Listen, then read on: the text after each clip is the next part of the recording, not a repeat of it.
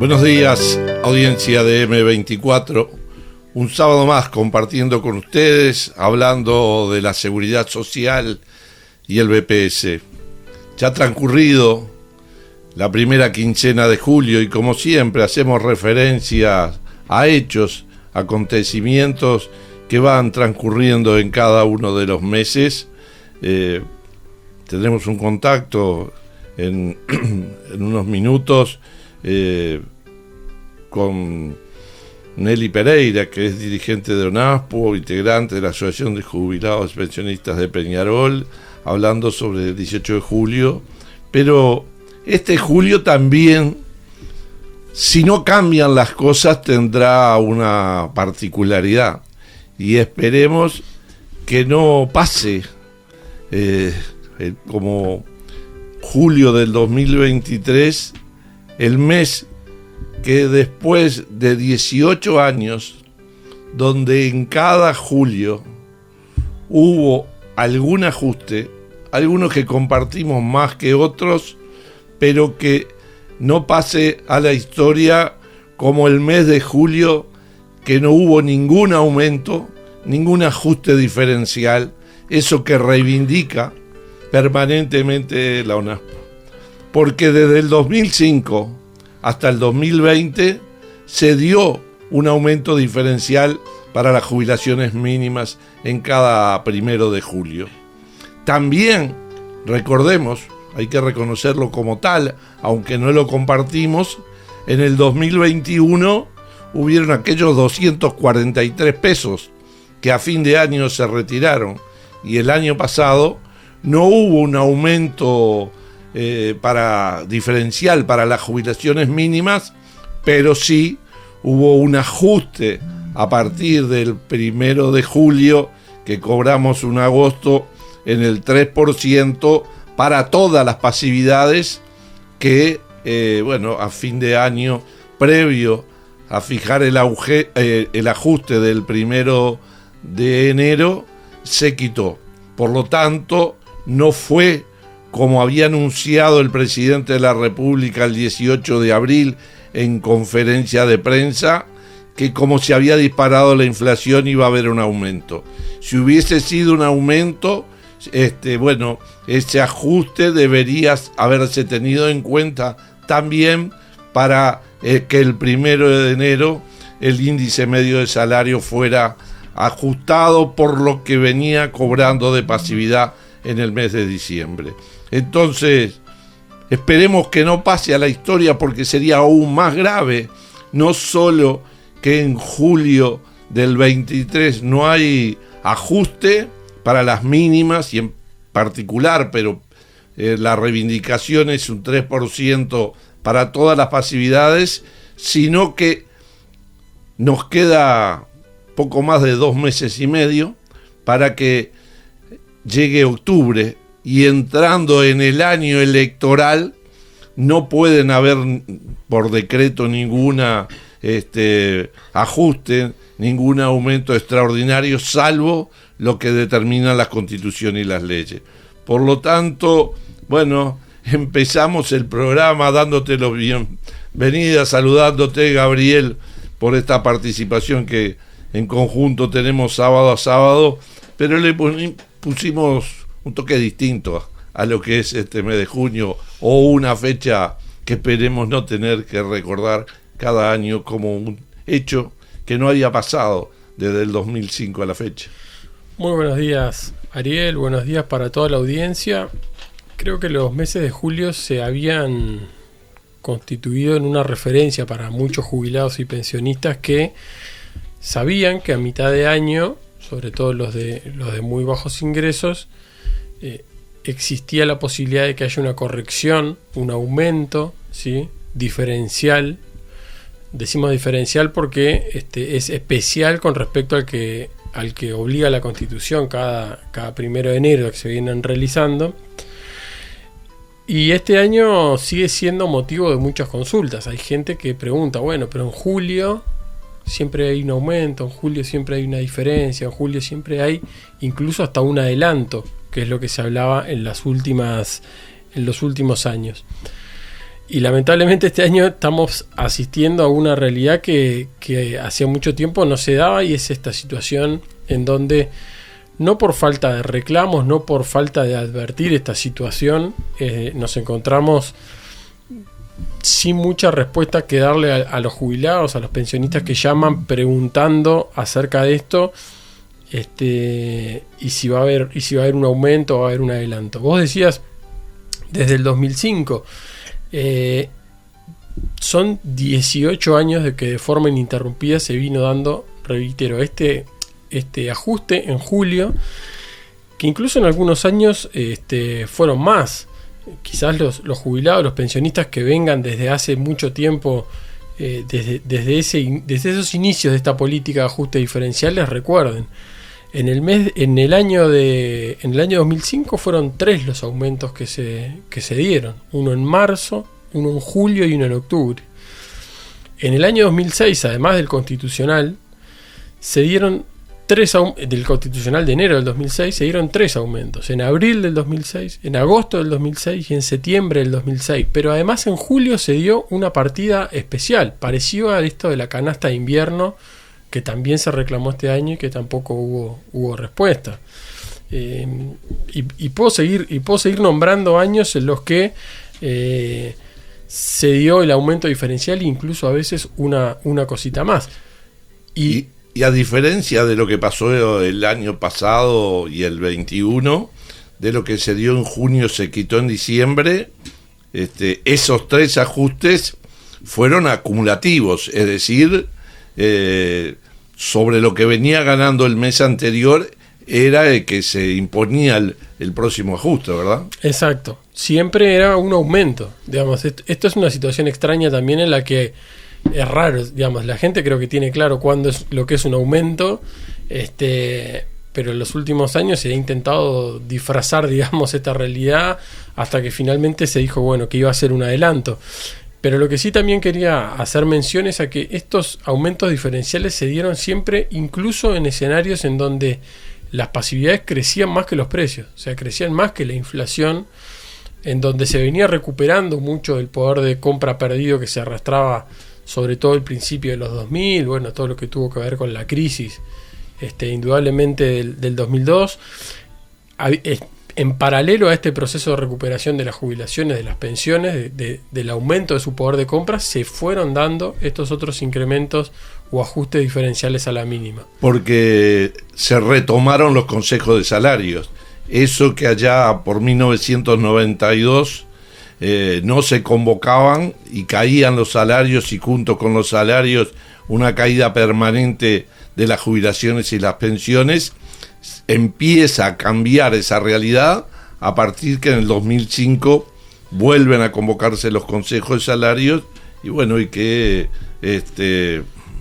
tuvo una interrupción en medio de la pandemia, una caída del salario importante, que esperemos que en estas instancias de negociación que empiezan en estos días, que han empezado con las reuniones del Consejo Superior de Salario, permita no solo lo que dice el gobierno de que al final de este mandato tendrán la misma capacidad de compra del 2019, sino todo lo que se ha perdido durante los años de caída, 20, 21, 22, bueno, también se recupere eso.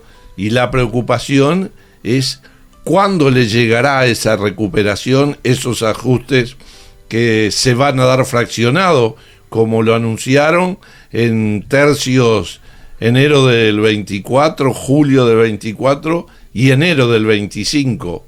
Bueno, si en enero del 25 los trabajadores llegan al nivel que tenían en el 2019, nosotros jubilados y pensionistas recién... Sí, inicio del 2026 con suerte, sería el mejor escenario. Pero indudablemente que esto, además, cuando uno hace proyecciones ya no digo de largo plazo, digo de mediano plazo, de los próximos 2-3 años, uno sabe, y hemos aprendido en estos últimos años, que tratado a la coyuntura y a los eventos que puedan atravesarse. una crisis internacional que ha aumentado los precios, una crisis hídrica, una pandemia, hemos atravesado de todo un poco. Entonces, cuando uno habla de estas posibilidades de decir, bueno, 2026, estamos hablando de 2026, si no pasa nada raro, estaríamos retomando, es decir, alcanzando el mismo poder de compra que los jubilados, que los pensionistas tenían en 2019, es decir, 7 años atrás. En vez de avanzar, lo único que se está por lo menos prometiendo, comprometiendo, poniendo arriba de la mesa es la posibilidad de decir, te devuelvo a tu situación 7 años más atrás, en el caso de que finalmente se termine de recuperar en 2026.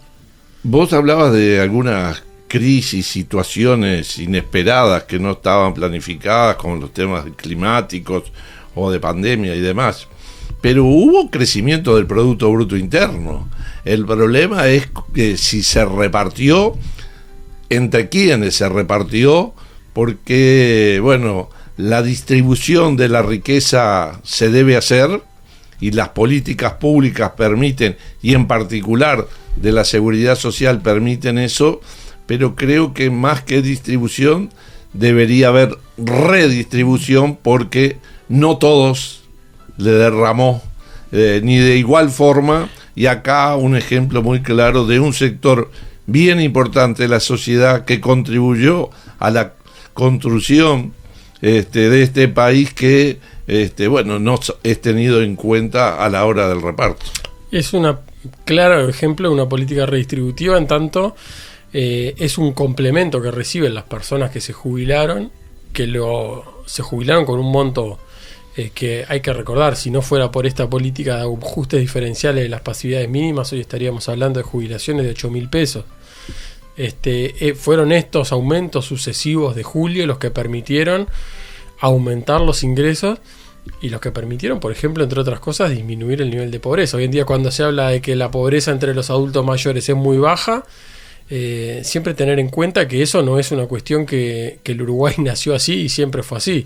Se logró con estos aumentos especiales que decíamos en julio, se logró con aumentos que superaran la inflación, y esos fueron los caminos que permitieron el descenso de la medición de la pobreza. En la medida en que ese camino se deje de transitar, en la medida de que estos aumentos se descontinúen, en la medida de que la recuperación del poder de compra se detenga, bueno, es probable que ese buen objetivo o esos buenos resultados que se hayan alcanzado, indudablemente se retroceda en ese sentido.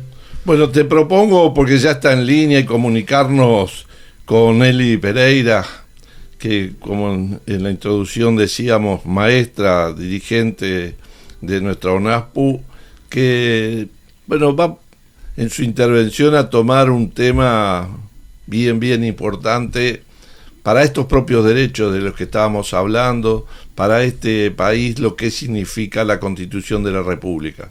Y el próximo martes, 193 años de la primera Constitución, el 18 de julio de 1830, y vamos a la comunicación con ella.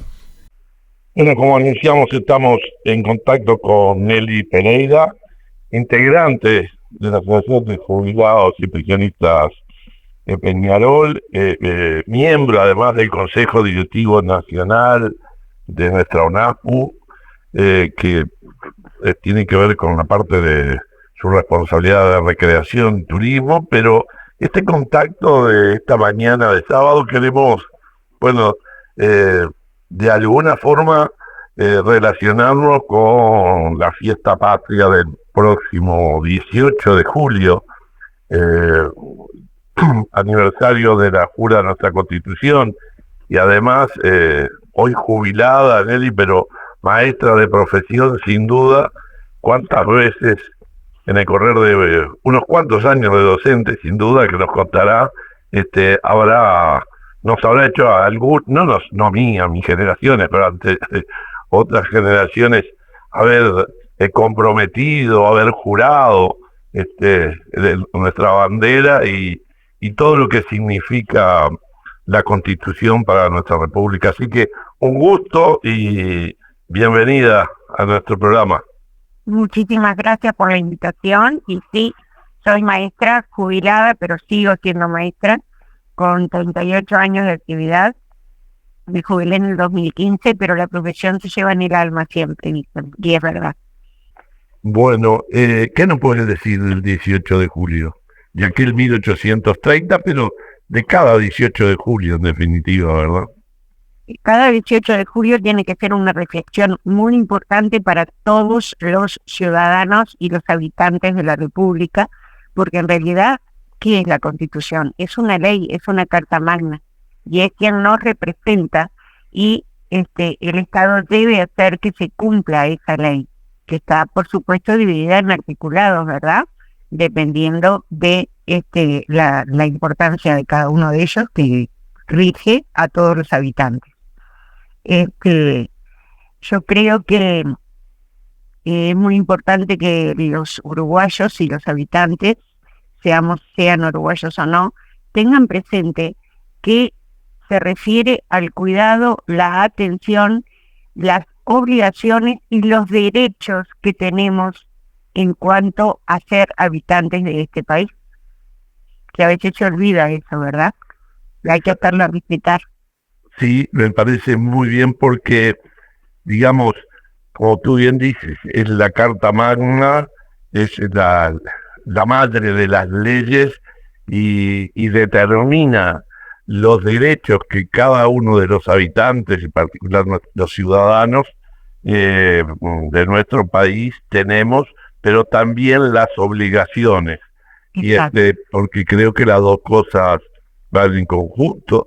Y bueno, cuánto los uruguayos y en fin de junio, principio de julio, han hecho y se siguen haciendo actividades de reafirmación del derecho democrático, constitucional y el recuerdo a 50 años de lo que fue el golpe de Estado con el barrer la Constitución, las leyes, que son las que en definitiva después llevan a la práctica lo que, bueno, el constitucionalista dispuso, que hay derechos a la vivienda, derechos a la salud, derechos a la seguridad social, sobre los que trabajamos, en particular nosotros en nuestra organización, pero después son las leyes las que determinan cómo se accede a esos derechos y bueno, y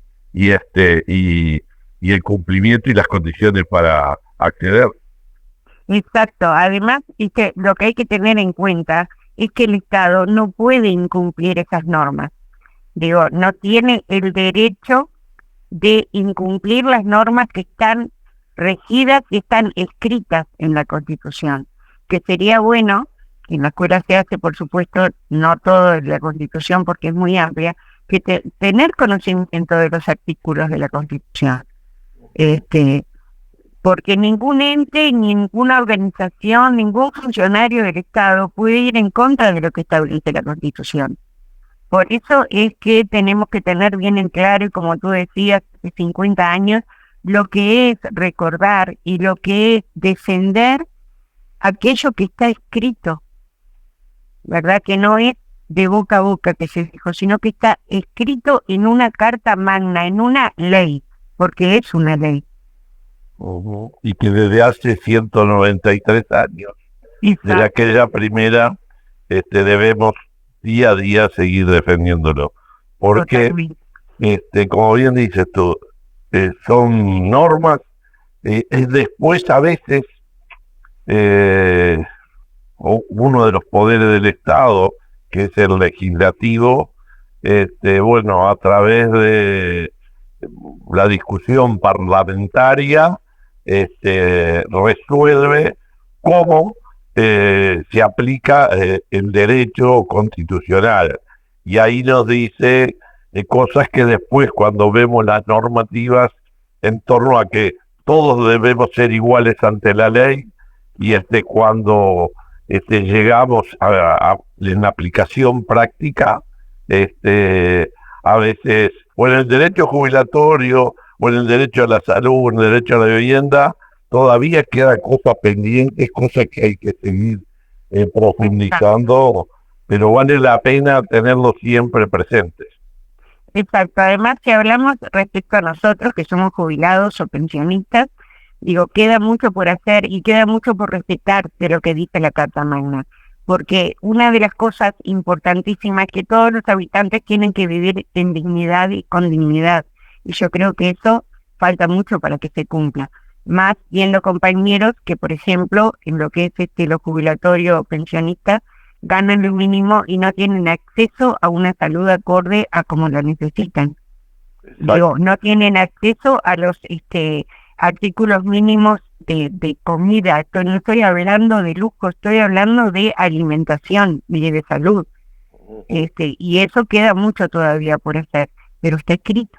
Por eso la importancia de cada una de las asociaciones de nuestra organización nacional, la ONASPU, porque además de esto, que es básico, que es sustantivo, la alimentación, la salud, la vivienda, todo relacionado con la protección social, también el derecho a una vida plena, si no estuvieran las asociaciones de jubilados, la ONASPU y en particular la comisión que tú eres responsable de recreación, creo cultural, creo que, bueno, habría gente que tal vez no accedería nunca a poder tener un paseo, a poder ir a una colonia de vacaciones como Andada de Raigón, u otros paseos que cada asociación, de acuerdo a su territorio, a sus posibilidades, al colectivo que participa, desarrolla, ¿no? Además, algo importante que hay que tener en cuenta, que la diversión y el ocio también están contemplados en lo que es la Constitución, porque la vida no se trata nada más que de trabajar, trabajar y trabajar, y hay que ver que la cultura es importantísima para nosotros, para todos, dependiendo, no importa la edad que tengamos, no importa la edad que tengamos para conocer partes de nuestro país que es hermoso y que no tenemos muchas veces acceso a llegar a eso. Es un tema para hablarlo y para discutirlo en profundidad extrema realmente. Sin duda que hay que hacerlo, que debemos conocer más y tal vez es un tema que los dos de alguna forma nos quedamos para, tal vez en alguna asociación, en la propia ONASPU, enfocado hacia los adultos mayores, bueno, ¿qué contiene la Constitución? Sea motivo de una charla, de un encuentro, de una actividad, porque también tiene que ver con conocer nuestros derechos y cuáles son las obligaciones que nos mandatan a cada uno y cómo los que tienen la responsabilidad de conducir los destinos del país a distintos niveles, no solo el gobierno nacional, los gobiernos departamentales, los entes del Estado, cómo cumplen eso que, el próximo martes estaremos conmemorando los 193 aniversarios de la primera Constitución de la República.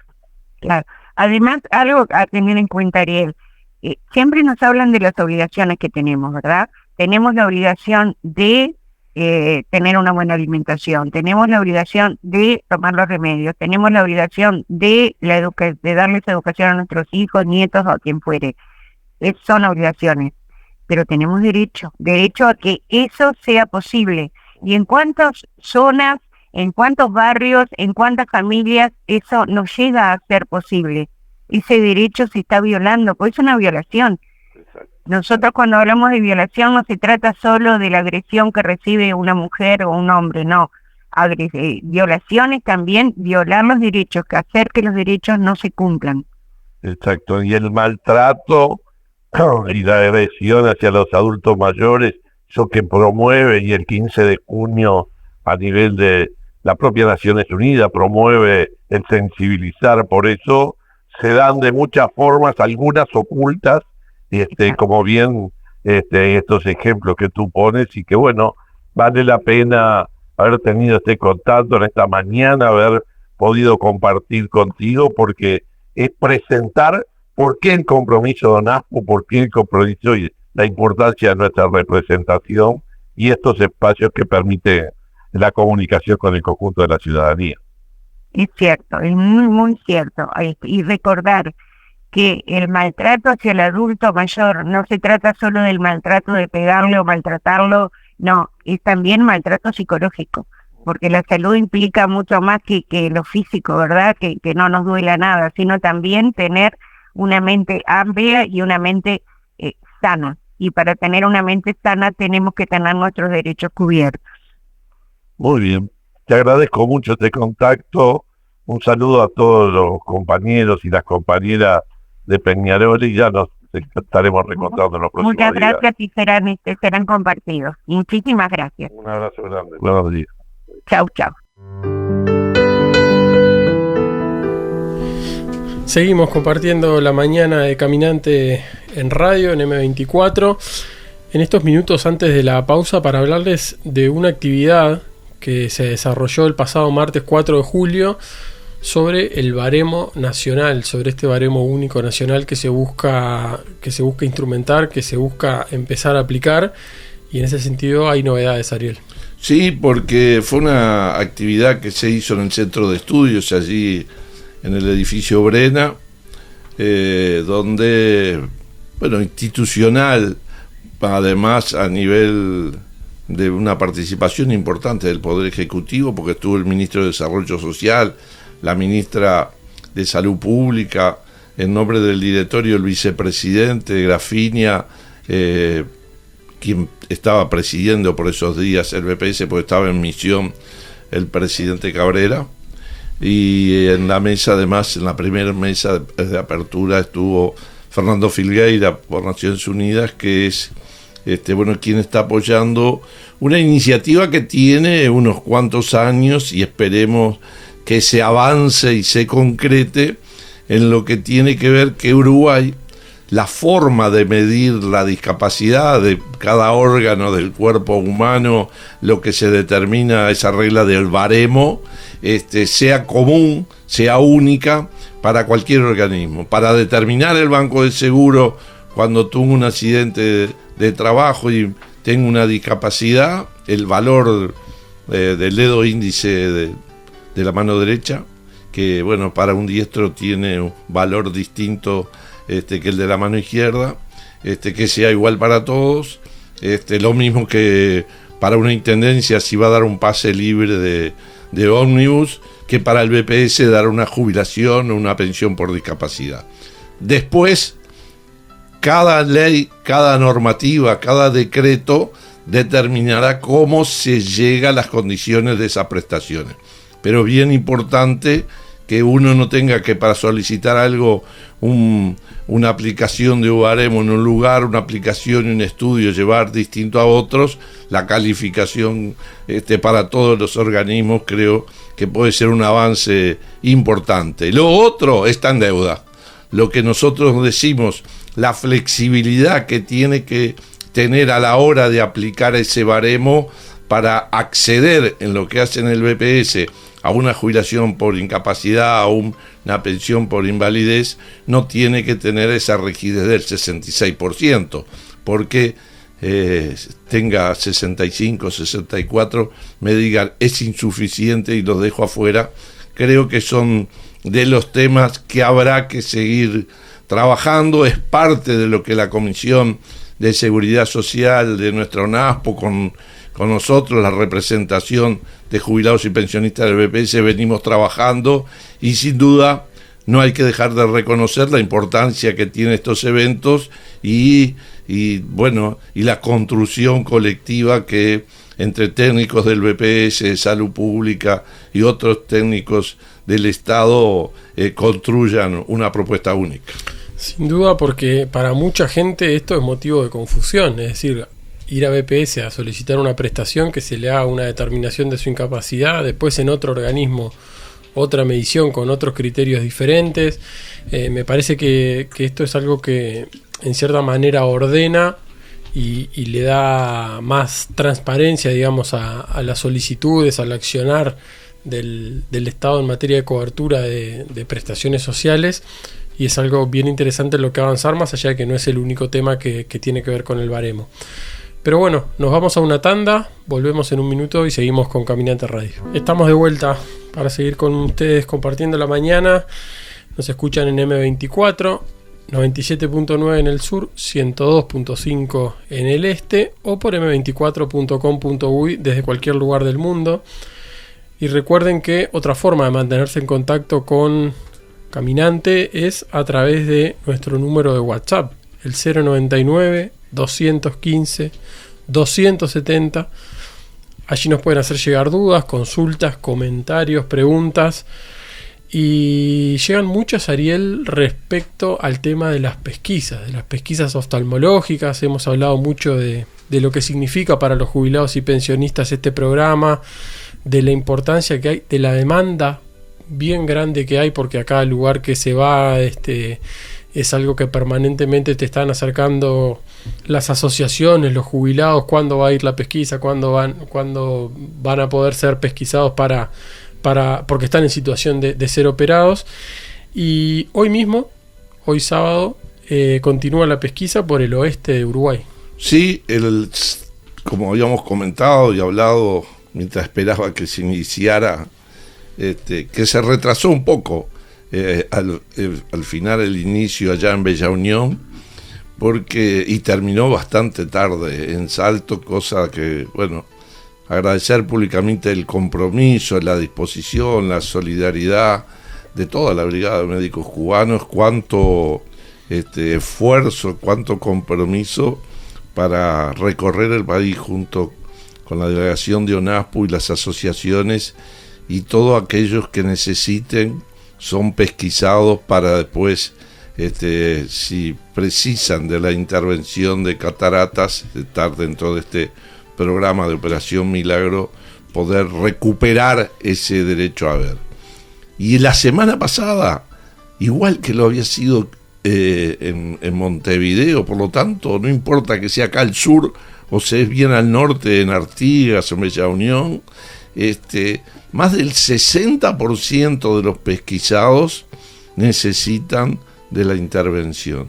Y bueno, y además la necesidad, porque nos está pasando que cuando se difunde, por eso la gente también nos llama, pasa en Montevideo, pero pasa en el interior, cuando se difunde, cuando la gente sabe que hoy va a Mercedes, en un rato la Brigada de Médicos Cubanos, y después irá a Dolores y terminará de la tarde en Cardona, aumenta la cantidad que teníamos de inscriptos. Y bueno, y eso que no por voluntad nuestra, no por voluntad de ONASPU, solo debemos inscribir, porque así lo dispone ACE, los que atienden su salud por el mutualismo. Los que su salud es atendida por ACE deben inscribirse en cada una de las policlínicas, de los hospitales, de cada una de las localidades. Pero bueno, es una cosa que enorgullece además el voluntariado de las asociaciones, las disposiciones que tienen, que junto con el ejemplo que nos dan los médicos oftalmólogos cubanos, vale la pena que estemos compartiendo esto y de alguna forma respondiendo a las personas. Claro, hay una cosa, te decía, que siempre es bueno recordar también, y es que no necesariamente el jubilado tiene que ser miembro de la asociación, digamos. Se recibe a cualquier jubilado que esté en la situación de que se lo ordenó su oftalmólogo o tiene un problema, ya sabe que tiene un problema de catarata, un problema visual, se puede arrimar a la asociación, anotarse y es pesquisado. La única limitación es que su pasividad no supere los 56.660 pesos, que son 10 bases de prestaciones y contribuciones. La inmensa mayoría de los jubilados, casi un 80%, está por debajo de esos montos, y bueno, y es el único control, digamos, que se hace donde atiende su salud y el ingreso que tiene de pasividad. Pero el sábado pasado nos comprometimos, y vos estabas y seguís, porque más de 400 artículos y en forma seria, comprometida, como lo haces con cada uno de tus trabajos, y nos comprometimos a empezar a hablar de la rendición de cuenta. La última rendición de cuenta, esos que muestran tan sonrientes llegando con las cajas y un montón de documentos, el equipo económico al Parlamento y el presidente de la Cámara de Diputados y de la Cámara de Senadores, la presidenta, reciben a esa delegación para que esos documentos, hoy ya en distintas comisiones, recibiendo a distintas delegaciones, y en 45 días en cada Cámara resuelva, apruebe, mantenga o modifique el contenido que el Poder Ejecutivo del gasto que ha tenido, del gasto que se compromete, y por ser año electoral, el 2024, no hay rendición de cuenta, esta es la última, pero hay dos temas que hacen a la esencia de nuestra actividad, de lo que siempre compartimos en este programa, a las referencias a materia de seguridad social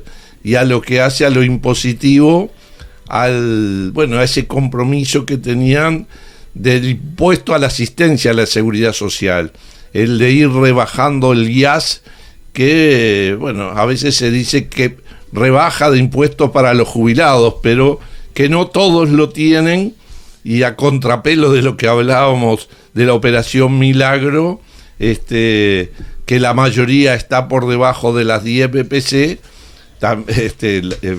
la mayoría, por lo tanto, no paga IAS y no es beneficiado cuando se incluyen algunas de estas cosas en la rendición de cuenta esta. Sí, son dos temas que han estado que forman parte, digamos, del proyecto de rendición de cuentas que presenta el Poder Ejecutivo y que se vinculan con los jubilados y pensionistas. Hay otros, probablemente hoy no tengamos tiempo suficiente para abordarlos todos. Hay un capítulo interesante también, interesante por lo polémico y porque es una cuestión que nosotros nos hemos muchas veces manifestado en contra, que es incluir modificaciones al sistema de seguridad social en leyes de rendiciones de cuenta. Y yo acá digo, nosotros nos hemos manifestado en contra, y en realidad hay una elección referida a eso para impedir que eso suceda, Ariel. Sí, hubo un plebiscito en 1994 que la Suprema Corte determinó que, y el Poder Judicial fue el que puso en práctica, la ciudadanía planteó la inconstitucionalidad de en leyes presupuestales poner reforma de seguridad social, y la Suprema Corte le dio la razón. Pero hay toda una historia que sería bueno recordarla en algún momento, porque eso es parte del hecho, porque unido a esa recolección de firmas, a ese plebiscito allá en 1994, hubieron conversaciones y hubieron acuerdos entre actores políticos y organizaciones sociales como la UNASPU, los directores sociales, la propia central sindical, porque algunos artículos que estaban ahí eran beneficiosos en minoría, pero eran beneficiosos para algunos trabajadores, para algún otro ciudadano, y por lo tanto, cuando se derogaba tendría que de alguna forma recuperarse a través de unas nuevas leyes que aprobó posteriormente a ese plebiscito, y creo que es un antecedente bien interesante. Bien, es algo que seguramente sigamos conversando, que tiene que ver también con esta rendición de cuentas, pero que no vamos a tener tiempo hoy de abordarlo. A ver, las rendiciones de cuentas tienen dos grandes objetivos o dos grandes líneas. Por un lado, como dice su nombre, rendir cuentas de lo hecho en 2022, ¿sí? Señalar qué cosas se hicieron, en qué cosas se avanzó de lo que estaba planificado.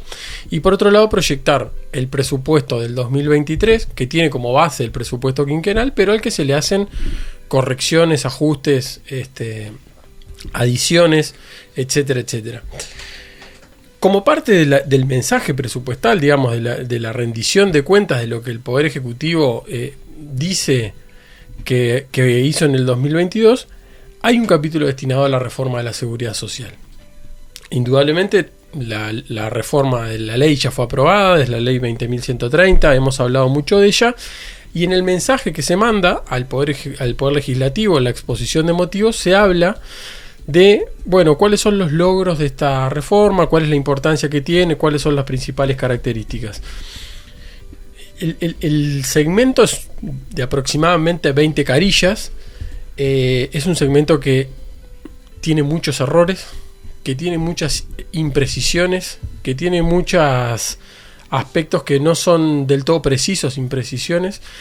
¿Y algún horror? Y algún horror, un error que en parte se traduce en horror, y traje uno para compartir con ustedes, pero seleccioné algunos pasajes nada más, simplemente porque son de esas cosas sobre las que hemos machacado durante mucho tiempo, de las que hemos insistido, de las que hemos planteado, de las que se nos ha retrucado que eso no era así, de las que públicamente distintas autoridades han dicho, han contradecido esa versión.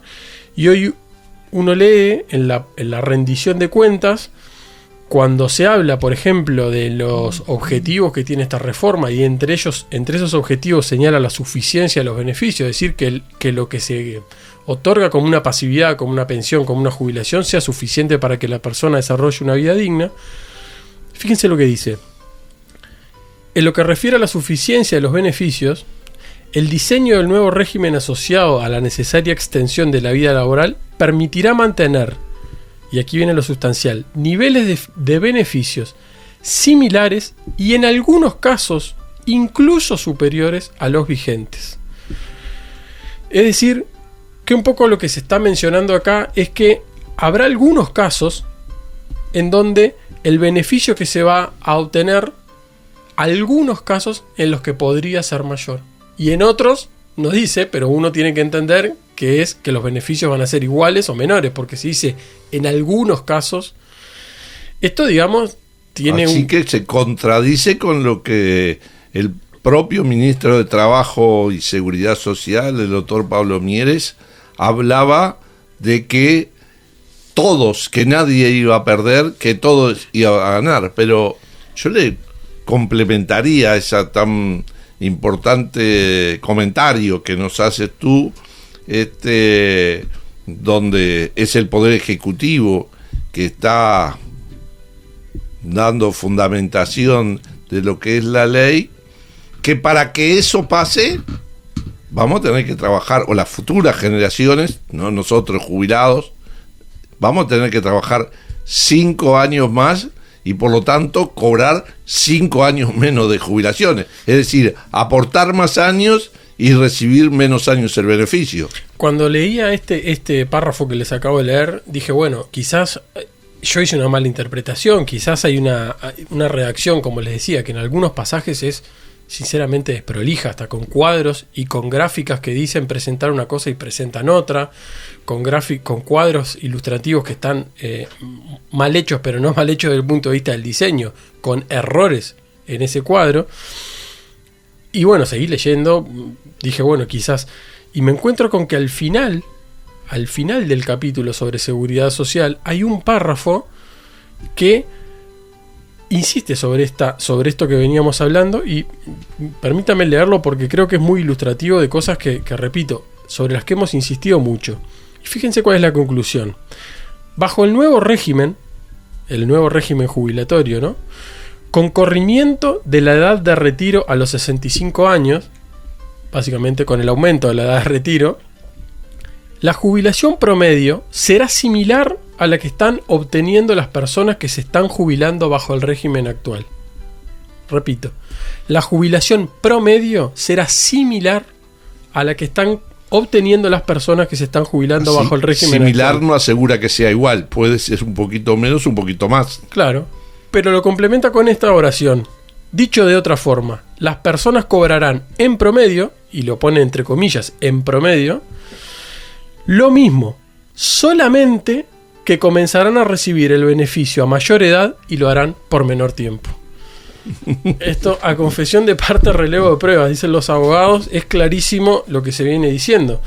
No todos los jubilados van a cobrar más con esta ley, y algunos que pueden verse tentados a pensar que cobran más, lo van a hacer a expensas de decir, vas a tener que trabajar más años y vas a cobrarlo por menos tiempo. Es decir, te autofinanciaste el supuesto aumento que recibiría. Y el promedio, siempre hay alguien que queda por debajo para que otros que están por encima, juntándolos de un promedio, ¿no? Sí. Creo que también ahí, una declaración del Poder Ejecutivo que lamentablemente nunca quisieron reconocer hasta frente a planteos no solo políticos, no a planteos de las organizaciones sociales reivindicativos, sino frente a planteos que tenían un rigor técnico y una demostración de que esto es lo que va a pasar. Indudablemente, creo que con esto se demuestra. Me parece que a lo largo del tiempo el Poder Ejecutivo también había ido dando señales de que esa primera versión estaba muy alejada de la realidad. Lo terminó de reafirmar el propio director de la Oficina de Planeamiento y Presupuesto cuando dijo que era casi imposible asegurar que todos. Entonces, uno a uno fueron alejándose, pero bueno, esa idea ya estaba instalada, ¿no? Y se había insistido muchísimas veces con eso. Pero el otro tema que también, decíamos, vincula a los jubilados y pensionistas y tiene que ver, está incluido en esta rendición de cuentas, tiene que ver con un anuncio que venía haciendo el gobierno, que fue un poco moneda de cambio a la hora de esas últimas negociaciones para saber si la reforma de la seguridad social se aprobaba o no. Y esto si contaba con los votos de toda la coalición. Exactamente, esto no lo digo yo, está reconocido en el propio texto de la exposición de motivo de la rendición de cuentas y tiene que ver con reducir la tasa de aportación de la primera franja de jubilados y pensionistas que pagan IAS, ¿sí? Ustedes saben que hoy la primer franja, esa franja que está fijada en 9 BPC, que son esos 50.900 pesos más o menos, todo lo que supere ese primer límite de 50.900 pesos tributa un 10%, ¿sí? Hasta llegar entre las 9 y las 180 dividido 12 son unas 15 BPC al año. De 9 a 15 tributan ese 10%. Es decir, hay una mayoría que está por debajo de 50.000 pesos, que esos nunca les descontaron IAS y no fueron favorecidos con el cambio del monto mínimo no imponible, y que ahora, tampoco están dentro del universo de que de aprobarse esta rendición de cuentas puedan ser favorecidos. Exactamente. No quiere decir que estemos en desacuerdo, porque ONASPU planteaba reducir de alguna forma el universo de personas que aportaban IAS, aumentando al monto mínimo no imponible a 56.660 pesos, 10 BPC, pero a la vez atender a los que están debajo de esos montos y en particular las jubilaciones más bajas, con lo que hablábamos al principio del programa, aumentos diferenciales para tratar de ser más justo con los que menos tienen. Exactamente. Estas medidas no pueden ser tomadas de forma aislada, digamos. El gobierno, el Poder Ejecutivo ha trasladado o ha presentado este problema como, o esta propuesta, mejor dicho, como un alivio tributario, ¿sí? Lo que efectivamente para algunas personas que van a pagar un poco menos puede representar un alivio. Sí, lo que hay que dejar, o lo que hay que tener en cuenta es esto que decíamos al principio. Estamos hablando en un principio de que 3 de cada 4 jubilados no pagan. Por lo tanto, esta conversación, esta discusión la ven absolutamente de forma lateral. Son simples espectadores, porque no son de alguna forma actores que tienen la expectativa de que esto se apruebe y voy a cobrar algo más porque pagaré menos impuestos. Exactamente. Pero ¿y qué dice la rendición de cuenta de eso? Bueno, la rendición lo que plantea es este objetivo, ¿sí?, de reducir o de cumplir con este compromiso de bajar la primer cuota, la primera alícuota de aportación de IAS. Lo podría haber planteado de forma muy clara, Pero ¿qué pasa? La redacción no es del todo feliz al plantear que el objetivo perseguido por la medida fue otorgar un alivio fiscal a los pasivos que pagan impuestos. ¿Sí? Pero a ver, el que cobra la mínima, que cobra 17.000 pesos y se gasta todo en consumo, porque lo único que hace es ir a comprar al súper, a la carnicería y demás, y paga luz y paga agua, paga impuestos, porque el IVA es un impuesto, y de lo más injusto, y bueno, pero ¿de eso está hablando? Indudablemente no habla de esos, pero parecería que sí. Quien lo lee, quien hace una lectura rápida... a mí me toca, claro. El que gana la mínima dice a mí me toca. Exactamente, digamos, esto es... Porque además el complemento es, además de buscar aliviar a los pasivos que pagan impuestos, beneficiando en mayor proporción a los contribuyentes de menores ingresos. Entonces, ¿y los de menores cuáles son? Bueno, ¿por encima de 50.000 pesos? Estamos hablando de que según si uno se guía por los números que presenta a continuación de esta frase el Poder Ejecutivo, los de menores ingresos serían personas que ganan por encima de 50.940 pesos al mes. Explícitamente se dice que ese es el grupo al que se le busca aliviar esta carga tributaria. No pensar en los que menos tienen, y no en detrimento de alguien que tuvo una vida de trabajo, que tuvo oportunidades, que pudo tener buenos salarios y ahora como resultado tiene una jubilación más o menos digna, sino que creo que es una redacción que no tiene en cuenta en absoluto la realidad de los jubilados y pensionistas del BPS, que en su inmensa mayoría, como decías tú, 3 de cada 4 están por debajo y no están comprendidos en estas rebajas impositivas. Exacto.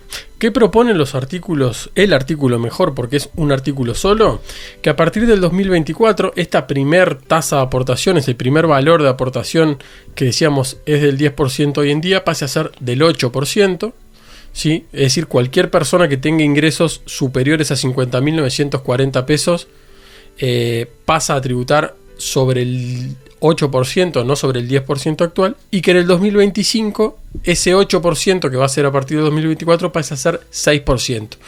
¿Cuál es la contracara de esto? Lo planteamos muy, muy concretamente.